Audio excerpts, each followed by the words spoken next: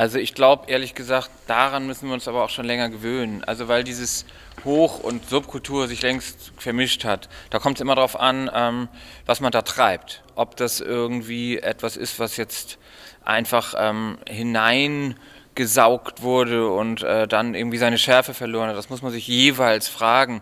Ansonsten glaube ich schon, wenn wir das wollen, dass diese Theater uns allen gehören. Das sind Häuser, die sind von uns bezahlt. Also von daher müssen wir sie auch nutzen. Das finde ich jetzt gar nicht so weit weg von anderen Plätzen, mit denen ich zu tun habe. Also ich glaube, das ist nicht die richtige Frage in dem Sinne.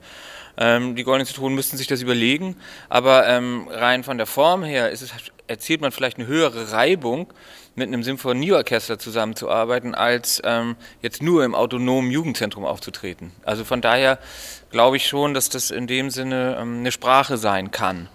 Es kommt immer darauf an, wen man anspricht und natürlich, und das ist vielleicht auch ein Problem der hohen Häuser, sind sie manchmal ein wenig ausschließend. Das können Eintrittspreise sein und eine gewisse Zeichensetzung, aber eigentlich glaube ich, dass wir uns diese Häuser nehmen müssen, weil sie gehören uns. Ganz einfach. Auch die Elbphilharmonie in Hamburg, die wir immer sehr spöttisch begleitet haben.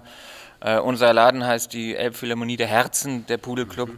Und trotzdem glaube ich, jetzt wo das Ding nun mal dasteht und so viel gefressen hat wie 1000 Kindertagesstätten oder so, sollten wir das benutzen. Und wenn man da auftreten kann, kann man das in einer Form machen und vielleicht auch diese Dinge sagen.